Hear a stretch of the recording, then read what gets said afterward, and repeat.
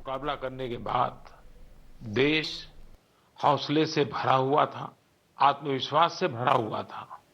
लेकिन इस तूफान ने देश को झकझोर दिया है। साथियों, बीते दिनों इस संकट से निपटने के लिए मेरी अलग-अलग सेक्टर्स के एक्सपर्ट्स के साथ, विशेषज्ञों के साथ लंबी चर्चा हुई है। हमारी फार्मा इंडस्ट्री के लोग हों, वैक्सीन मैन्युफैक्चरर्स हों, ऑक्सीजन के प्रोडक्शन से जुड़े लोग हों या फिर मेडिकल फील्ड के जानकार, उन्होंने अपने महत्वपूर्ण सुझाव सरकार को दिए हैं। इस समय हमें इस लड़ाई को जीतने के लिए एक्सपर्ट्स और वैज्ञानिक सलाह को प्राथमिकता देनी है। राज्य सरकार के प्रयत्नों को आगे बढ़ाने में भारत सरकार पूरी शक्ति से जुटी हुई है। राज्य सरकारें भी अपना दायित्व निभाने की पूरी कोशिश कर रही हैं। साथियों, कोरोना के खिलाफ इस समय बहुत बड़ी लड़ाई देश के डॉक्टर और हेल्थ वर्कर्स लड़ रहे हैं। पिछले 1 साल में उन्हें इस बीमारी को लेकर हर तरह के अनुभव भी हुए हैं। हमारे साथ इस समय मुंबई से प्रसिद्ध डॉक्टर शशांक जोशी जी जुड़ रहे हैं। डॉक्टर शशांक जी को कोरोना के इलाज और इससे जुड़ी रिसर्च का बहुत जमीनी अनुभव है। वो इंडियन कॉलेज ऑफ फिजिशियंस के डीन भी रह चुके हैं। आइए बात करते हैं डॉक्टर शशांक से। नमस्कार डॉक्टर शशांक जी। नमस्कार सर। अभी कुछ दिन पहले ही मुझे आपसे बात करने का अवसर मिला था। आपके विचारों की स्पष्टता मुझे बहुत अच्छी लगी थी। मुझे लगा देश के सभी नागरिकों को आपके विचार जानने चाहिए। जो बातें सुनने में आती है उसी को मैं एक सवाल के रूप में आपके सामने प्रस्तुत करता हूं। डॉक्टर शशांक, आप लोग इस समय दिन रात जीवन रक्षा के काम में लगे हुए हैं। सबसे पहले तो मैं चाहूंगा कि आप सेकंड वेव के बारे में लोगों को बताएं। मेडिकली ये कैसे अलग है और क्या-क्या सावधानी जरूरी है। धन्यवाद सर। ये जो दूसरी बाढ़ आई है ये तेजी से आई है। तो जितनी पहली बाढ़ थी उससे ये वायरस ज्यादा तेज चल रहा है। लेकिन अच्छी बात यह है कि उससे ज्यादा रफ्तार से रिकवरी भी है और मृत्यु दर काफी कम है। इसमें 2-3 फर्क है। पहली तो ये युवाओं में और बच्चों में भी थोड़ा दिखाई दे रहा है। उसके जो लक्षण हैं, पहले जैसे लक्षण थे, सांस चढ़ना, सूखा खांसी आना, बुखार आना, ये तो सब है ही। और उसके साथ थोड़ा गंध जाना, स्वाद चला जाना, ये भी है। और लोग थोड़े भयभीत हुए। भयभीत होने की बिल्कुल जरूरत नहीं है। 80-90% लोगों में इसमें कोई भी लक्षण नहीं दिखाई देते हैं। ये म्यूटेशन जो बोलते हैं, घबराने की बात नहीं है। ये म्यूटेशन होते रहते हैं। जैसे हम कपड़े बदलते हैं वैसे वायरस भी अपना रंग बदल रहा है और इसलिए बिल्कुल डरने की बात नहीं है। और ये वेव को हम पाल कर देंगे। वेव आती जाती है और ये वायरस आते जाते रहता है। तो यही अलग अलग लक्षण हैं और मेडिकली हमको सतर्क रहना चाहिए। एक 14 से 21 दिन का ये कोविड का टाइम टेबल है। इसमें वैद्यकीय सलाह लेना चाहिए। डॉक्टर शशांक, मेरे लिए भी आपने जो एनालिसिस बताया बड़ा इंटरेस्टिंग है। मुझे कई चिट्ठियां मिली हैं जिसमें ट्रीटमेंट के बारे में भी लोगों की बहुत सी आशंका है। कुछ दवाओं की मांग बहुत ज्यादा है। इसलिए मैं चाहता हूं कि कोविड के ट्रीटमेंट के बारे में भी आप लोगों को जरूर बताएं। हाँ सर, क्लिनिकल ट्रीटमेंट लोग बहुत देरी से चालू करते हैं और अपने आप बीमारी से दब जाएंगी ये भरोसे पे रहते हैं और मोबाइल पे आने वाली बातों पे भरोसा रखते हैं। और अगर सरकारी दी हुई सूचना का पालन करे तो ये कठिनाई का सामना नहीं आता है। तो कोविड में जो ट्रीटमेंट क्लिनिकल प्रोटोकॉल है उसमें 3 प्रकार की तीव्रता है। हल्का या माइल्ड कोविड, मध्यम या मॉडरेट कोविड और तीव्र कोविड जो सीवियर कोविड बोलते हैं, इसके लिए है। तो जो हल्का कोविड है उसके लिए तो हम ऑक्सीजन का मॉनिटरिंग करते हैं, पल्स का मॉनिटरिंग करते हैं, बुखार का मॉनिटरिंग करते हैं। बुखार बढ़ जाता है तो कभी कभी पैरासीटामोल जैसी दवाई का इस्तेमाल करते हैं और अपने डॉक्टर से संपर्क करना चाहिए। जो मॉडरेट कोविड होता है, मध्यम कोविड होता है या तीव्र कोविड होता है तो वैद्यकीय अपने डॉक्टर के साथ संपर्क करना बहुत जरूरी है। सही और सस्ती दवाई अवेलेबल है जिसमें स्टीरॉयड जो है ये जान बचा सकती है। जो इनहेलर्स दे सकते हैं हम, टैबलेट दे सकते हैं हम, और उसके साथ ही प्राणवायु जो ऑक्सीजन है वो देना पड़ता है, और इसके लिए छोटे छोटे इलाज है। लेकिन अक्सर क्या हो रहा है कि एक नई एक्सपेरिमेंटल दवाई है जिसका नाम है रेमडेसिविर। ये दवाई से एक चीज जरूर होती है कि अस्पताल में 2-3 दिन कम रहना पड़ता है, और क्लिनिकल रिकवरी में थोड़ी सी उसकी एड होती है। ये भी दवाई कम काम करती है जब पहले 9-10 दिन में दी जाती है, और ये 5 ही दिन देनी पड़ती है। तो ये लोग जो दौड़ रहे हैं रेमडेसिविर के पीछे, ये बिल्कुल दौड़ना नहीं चाहिए। ये दवाई की थोड़ा काम है, जिनको ऑक्सीजन लगता है, प्राणवायु ऑक्सीजन लगता है, जो अस्पताल में भर्ती होते हैं, और डॉक्टर जब बताते तभी लेना चाहिए। तो ये बहुत जरूरी है सब लोगों को समझना। हम प्राणायाम करेंगे, हमारे शरीर के जो लंग्स है उसको थोड़ा एक्सपांड करेंगे, और जो हमारी खून पतली करने वाली जो इंजेक्शन आती है जिसको हम हिपैरिन बोलते हैं, ये छोटी छोटी दवाइयाँ देंगे तो 98% लोग सर ठीक हो जाते हैं। तो पॉजिटिव रहना बहुत जरूरी है। ट्रीटमेंट प्रोटोकॉल वैद्य के सलाह से लेना बहुत जरूरी है, और ये जो महंगी महंगी दवाई है उसके पीछे दौड़ने की कोई जरूरत नहीं है सर। अपने पास अच्छे इलाज चालू है, प्राणवायु ऑक्सीजन है, वेंटिलेटर की भी सुविधा है, सब कुछ है सर।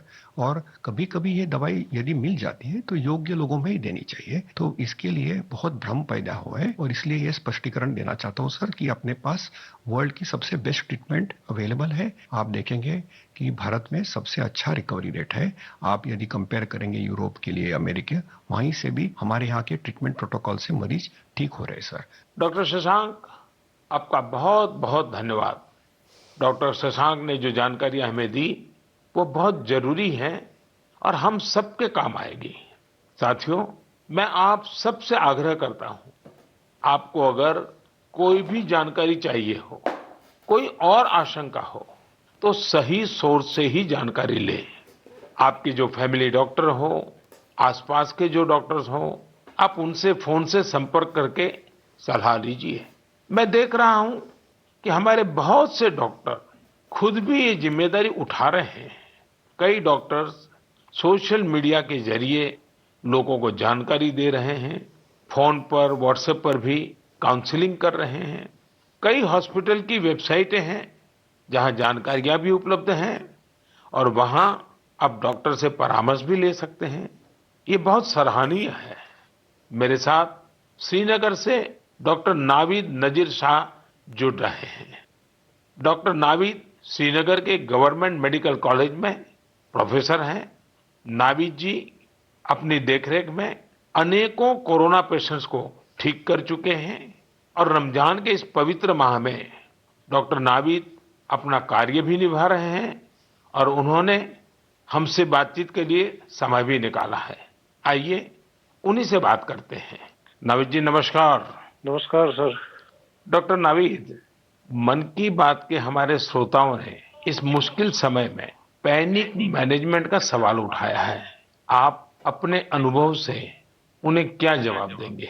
देखिए, जब कोरोना शुरू हुआ तो कश्मीर में जो सबसे पहला हॉस्पिटल डिजिग्नेट हुआ एज कोविड हॉस्पिटल वो हमारा सीडी हॉस्पिटल था, जो मेडिकल कॉलेज के अंडर में आता है। तो उस टाइम एक खौफ का माहौल था, लोगों में तो था ही। वो समझते थे शायद कोविड का इन्फेक्शन किसी को हो जाता है तो एक डेथ सेंटेंस माना जाएगा ये। और ऐसे ही जो हमारे अस्पतालों में डॉक्टर साहिबान या पैरामेडिकल स्टाफ काम करते थे, उनमें भी एक खौफ का माहौल था कि हम इन पेशेंट्स को कैसे फेस करेंगे, हमें इन्फेक्शन होने का खतरा तो नहीं है। लेकिन जो ही टाइम गुजरा, हमने भी देखा कि अगर पूरी तरीके से हम जो प्रोटेक्टिव गियर पहने और एहतियाती तदाबीर जो है उन पे अमल करें तो हम भी सेफ रह सकते हैं, और हमारा जो बाकी स्टाफ है वो भी सेफ रह सकता है। और आगे आगे जब भी हम देखते गए तो ये मरीज, जो कुछ लोग बीमार थे, कुछ एसिम्प्टोमेटिक थे, यानी कि उनमें कोई बीमारी के कोई लक्षण नहीं थे, हमने देखा कि करीब करीब 90-95% से ज्यादा जो मरीज है वो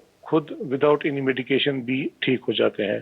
तो वक्त जैसे गुजरता गया तो लोगों में जो कोरोना का एक डर था वो बहुत कम हो गया। आज की बात जो हम ये सेकंड वेव जो इस टाइम हमारी आई है इस कोरोना में, इस टाइम भी हमें पैनिक होने की जरूरत नहीं है। इस मौके पे भी हम अगर जो प्रोटेक्टिव मेजर्स हैं, जो एसओपीज है, अगर उन पे हम अमल करेंगे, जैसे मास्क पहनना, हैंड सैनिटाइजर का यूज करना, इसके अलावा फिजिकल डिस्टेंस मेंटेन करना या सोशल गैदरिंग्स हम अवॉइड करें, तो हम अपना रोजमर्रा का काम भी बखूबी निभा सकते हैं और इस बीमारी से प्रोटेक्शन भी पा सकते हैं। डॉक्टर नावीद, वैक्सीन को लेकर भी लोगों के कई सारे सवाल हैं, जैसे कि वैक्सीन से कितनी सुरक्षा मिलेगी, वैक्सीन के बाद कितना आश्वस्त रह सकते हैं।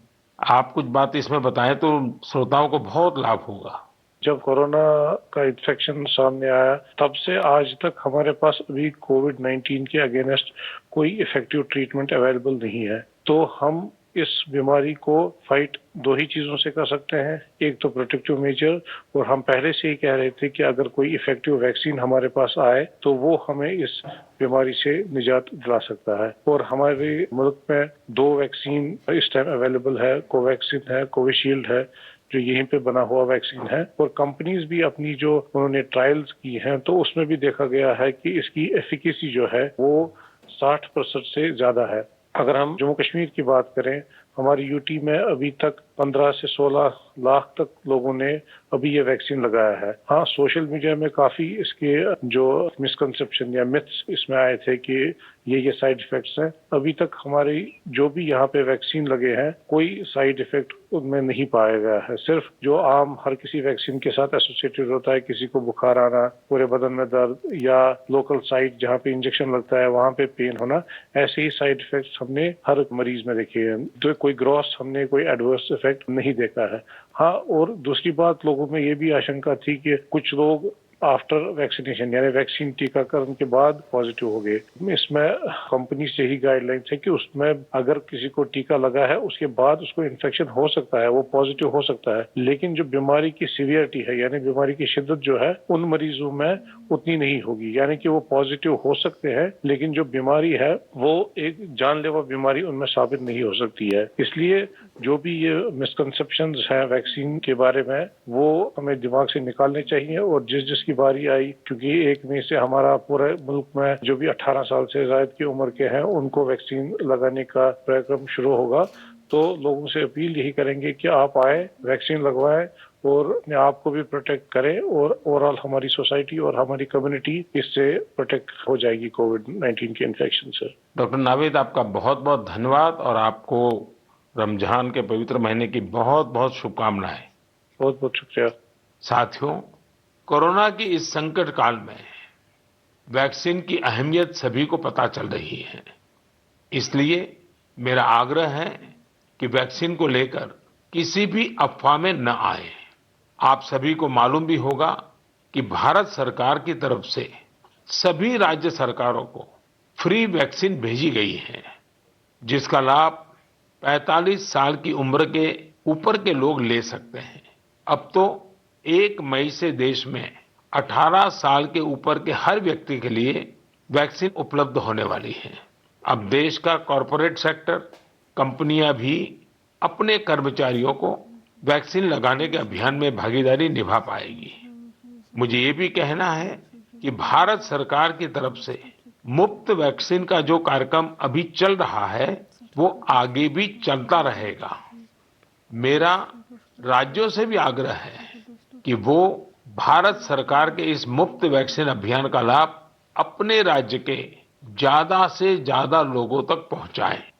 साथियों, हम सब जानते हैं कि बीमारी में हमारे लिए अपने परिवार की देखभाल करना मानसिक तौर पर कितना मुश्किल होता है, लेकिन हमारे अस्पतालों के नर्सिंग स्टाफ को तो यही काम लगातार कितने ही मरीजों के लिए एक साथ करना होता है।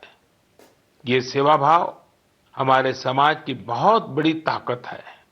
नर्सिंग स्टाफ द्वारा की जा रही सेवा और परिश्रम के बारे में सबसे अच्छे से तो कोई नर्स ही बता सकती है।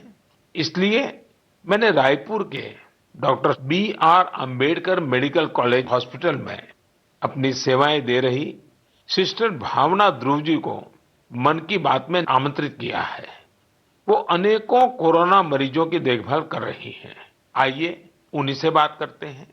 नमस्कार भावना जी। आदरणीय प्रधानमंत्री जी, नमस्कार। भावना जी, यस सर। मन की बात सुनने वालों को आप जरूर ये बताइए कि आपके परिवार में इतनी सारी जिम्मेवारियां, इतने सारे मल्टीटास्क, और उसके बाद भी आप कोरोना के मरीजों के साथ काम कर Yes, रही sir. हैं। कोरोना के मरीजों के साथ आपका जो अनुभव रहा वो जरूर देशवासी सुनना चाहेंगे, क्योंकि सिस्टर जो होती हैं, नर्सेज जो होते हैं, वो Yes, sir. पेशेंट के सबसे निकट होती हैं और सबसे लंबे समय तक होती हैं। Yes, sir. तो वो हर चीज को बड़ी बारीकी से समझ सकती हैं। जी बताइए। जी सर, मेरा टोटल एक्सपीरियंस कोविड में सर 2 मंथ का है सर। हम 14 डेज ड्यूटी करते हैं और 14 डेज के बाद हमें रेस्ट दिया जाता है। फिर 2 महीने बाद हमारी ये कोविड ड्यूटी रिपीट होता है सर। जब सबसे पहले मेरी कोविड ड्यूटी लगी तो सबसे पहले मैं अपने फैमिली मेंबर्स को ये कोविड ड्यूटी की बात शेयर करी। ये मई की बात है और मैं ये जैसे ही मैंने शेयर किया, सबके सब डर गए, घबरा गए मुझसे। कहने लगे कि बेटा ठीक से काम करना। एक इमोशनल सिचुएशन था सर बीच में, जब मेरी बेटी मुझसे पूछी, मम्मा आप कोविड ड्यूटी जा रहे हो, तो उस समय बहुत ही ज्यादा मेरे लिए इमोशनल मोमेंट था। लेकिन जब मैं कोविड पेशेंट के पास गई तो मैं एक जिम्मेदारी घर में छोड़ के गई और जब मैं कोविड पेशेंट से मिली सर, तो वो उनसे और ज्यादा घबराए हुए थे। कोविड के नाम से सारे पेशेंट इतना डरे हुए थे सर कि उनको समझ में ही नहीं आ रहा था कि उनके साथ क्या हो रहा है, हम आगे क्या करेंगे। हम उनके डर को दूर करने के लिए उनसे बहुत अच्छे से हेल्दी एनवायरनमेंट दिए सर उन्हें।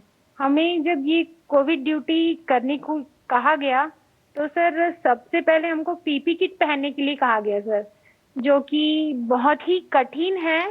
पीपी किट को पहन करके ड्यूटी करना सर, ये बहुत टफ था हमारे लिए। मैंने 2 मंथ की ड्यूटी में हर जगह 14-14 दिन ड्यूटी किए, वार्ड में, आईसीयू में, आइसोलेशन में सर। यानी कुल मिलाकर तो आप 1 साल से इसी काम को कर रही है। Yes sir. वहाँ जाने से पहले मुझे नहीं पता था कि मेरे कलीग्स कौन हैं। हम एक टीम मेंबर की तरह काम किए सर। उनका जो भी प्रॉब्लम थे उनको शेयर किए, हम जाने पेशेंट के बारे में और उनका स्टिग्मा दूर किया सर। कई लोग ऐसे थे सर कि जो कोविड के नाम से ही डरते थे। वो सारे सिम्टम्स उनमें आते थे जब हम हिस्ट्री लेते थे उनसे, लेकिन वो डर के कारण वो अपना टेस्ट नहीं करवा पाते थे। तो हम उनको समझाते थे और सर जब सीवियरिटी बढ़ जाती थी तब उनका लंग्स ऑलरेडी इन्फेक्टेड हो चुका रहता था, तब उनको आईसीयू की जरूरत रहती थी, तब वो आते थे और साथ में उनकी पूरी फैमिली आती थी। तो ऐसा 1-2 केस हमने देखा सर। और ऐसा भी नहीं कि हर एक एज ग्रुप के साथ काम किया सर हमने, जिसमें छोटे बच्चे थे, महिला, पुरुष, बुजुर्ग, सारे तरह के पेशेंट थे सर। उन सबसे हमने बात करी तो सबने कहा कि हम डर की वजह से नहीं आ पाए। सबका यही हमें आंसर मिला सर। तो हम उनको समझाएं सर कि डर कुछ नहीं होता है, आप हमारा साथ दीजिए, हम आपका साथ देंगे। बस आप जो भी प्रोटोकॉल्स है उसे फॉलो कीजिए। बस हम इतना उनसे कर पाए सर। भावना जी, मुझे बहुत अच्छा लगा आपसे बात कर करके। आपने काफी अच्छी जानकारियां दी हैं, अपने स्वयं के अनुभव से दी हैं। तो जरूर देशवासियों को इसे एक पॉजिटिविटी का मैसेज जाएगा। आपका बहुत बहुत धन्यवाद Bhavna ji. Thank you so much sir. Thank you so much. Jai Hind sir. जय हिंद। भावना जी और नर्सिंग स्टाफ के आप जैसे हजारों लाखों भाई बहन बखूबी अपना कर्तव्य निभा रहे हैं। ये हम सभी के लिए बहुत बड़ी प्रेरणा है। आप अपने स्वास्थ्य पर भी खूब ध्यान दीजिए, अपने परिवार का भी ध्यान रखिए। साथियों, हमारे साथ इस समय बेंगलुरु से सिस्टर सुरेखा जी भी जुड़ी हुई है। सुरेखा जी केसी जनरल हॉस्पिटल में सीनियर नर्सिंग ऑफिसर हैं। आइए उनके अनुभव भी जानते हैं। नमस्ते Surekha ji. I'm really proud and honored, sir, to speak to Prime Minister of our country. Surekha ji, you along with all fellow nurses and hospital staff are doing excellent work. India is thankful to you all. What is your message for the citizens in this fight against COVID-19? Yes, sir. Being a responsible citizen, I would really like to tell something like, please be humble to your neighbors. And early testing and proper tracking help us to reduce the mortality rate. And moreover, please, if you find any symptoms, isolate yourself and consult nearby doctors and get treated as early as possible. So community need to know awareness about this disease and be positive. Don't be panic. and don't be stressed out. It worsened the condition of the patient. We are thankful to our government, proud to have a vaccine also. I'm already vaccinated. With my own experience, I wanted to tell the citizens of India, no vaccines provides 100% protections immediately. It takes time to build a immunity. Please don't be scared to get vaccinated. Please vaccinate yourself. There is a minimal side effects, and I want to deliver the message like stay at home, stay healthy, avoid contact with the people who are sick, and avoid touching the nose, eyes and mouth unnecessarily. Please practice physical distancing, wear mask properly, wash your hands regularly, and home remedies you can practice in the house. Please drink Ayurvedic kada, take steam inhalation and mouth gargling every day, and breathing exercise so you can do it. And one more thing, last and not least, please have a sympathy towards frontline workers and professionals. We need your support and cooperation. We will fight together. We will get through with the pandemic. This is what my message to the people, sir. Thank you Surekha ji. Thank you, sir. Surekha ji, वाकई आप बहुत कठिन समय में मोर्चा संभाले हुए हैं। आप अपना ध्यान रखिए। आपके परिवार को भी मेरी बहुत बहुत शुभकामनाएं हैं। मैं देश के लोगों से भी आग्रह करूंगा कि जैसा भावना जी, सुरेखा जी ने अपने अनुभव से बताया है, कोरोना से लड़ने के लिए पॉजिटिव स्पिरिट बहुत ज्यादा जरूरी है और देशवासियों को इसे बनाए रखना है। साथियों, डॉक्टर्स और नर्सिंग स्टाफ के साथ साथ इस समय लैब टेक्नीशियंस और एम्बुलेंस ड्राइवर्स जैसे फ्रंटलाइन वर्कर्स भी भगवान की तरह ही काम कर रहे हैं। जब कोई एम्बुलेंस किसी मरीज तक पहुंचती है तो उन्हें एम्बुलेंस ड्राइवर देवदूत जैसा ही लगता है। इन सब की सेवाओं के बारे में, इनके अनुभव के बारे में देश को जरूर जानना चाहिए। मेरे साथ अभी ऐसे ही एक सज्जन हैं, श्रीमान प्रेम वर्मा जी, जो कि एक एम्बुलेंस ड्राइवर है। जैसा कि इनके नाम से ही पता चलता है, प्रेम वर्मा जी अपने काम को, अपने कर्तव्य को पूरे प्रेम और लगन से करते हैं। आइए उनसे बात करते हैं। नमस्ते प्रेम जी। नमस्ते सर जी। भाई प्रेम, हाँ जी सर। आप अपने कार्य के बारे में हाँ जी। जरा विस्तार से बताइए। आपका जो अनुभव है वो भी बताइए। मैं कैट्स एम्बुलेंस में ड्राइवर की पोस्ट पे हूँ। हाँ। और जैसे ही कंट्रोल हमें एक टैब पे कॉल देता है, 102 से जो कॉल आती है, हम मूव करते हैं पेशेंट के पास। हम पेशेंट को जाते हैं उनके पास। तो 2 साल से हम कंटिन्यू कर रहे हैं काम। अपना किट पहन के, ग्लव्स, मास्क पहन के पेशेंट को जहां वो ड्रॉप करने के लिए कहते हैं, जो भी हॉस्पिटल में, हम जल्दी से जल्दी उनको ड्रॉप करते हैं। आपको तो वैक्सीन की दोनों डोज लग गई होगी। बिल्कुल सर। तो दूसरे लोगों को वैक्सीन लगवाएं, इसके लिए आपका क्या संदेश है? सर बिल्कुल सभी को ये डोज लगवानी चाहिए और अच्छी ही है फैमिली के लिए भी। अब मुझे मेरी मम्मी कहती है ये नौकरी छोड़ दो। मैंने बोला मम्मी अगर मैं भी नौकरी छोड़ के बैठ जाऊंगा तो सब और पेशेंट को कैसे कौन छोड़ने जाएगा, क्योंकि सब इस कोरोना काल में सब भाग रहे हैं, सब नौकरी छोड़ के जा रहे हैं। मम्मी भी मुझे बोलती है कि बेटा ये नौकरी छोड़ दे। मैंने बोला नहीं मम्मी, मैं नौकरी नहीं छोड़ूंगा। प्रेम जी, माँ को दुखी मत करना, नहीं माँ सर। को समझाना। हाँ जी। लेकिन ये जो आपने माँ वाली बात बताई ना, हाँ जी। ये बहुत ही छूने वाली है। आपकी माता जी को भी हाँ जी मेरा प्रणाम कहिएगा। बिल्कुल। हाँ। हाँ जी। और प्रेम जी, मैं आपके माध्यम से हाँ जी। ये एम्बुलेंस चलाने वाले हमारे ड्राइवर भी हाँ जी।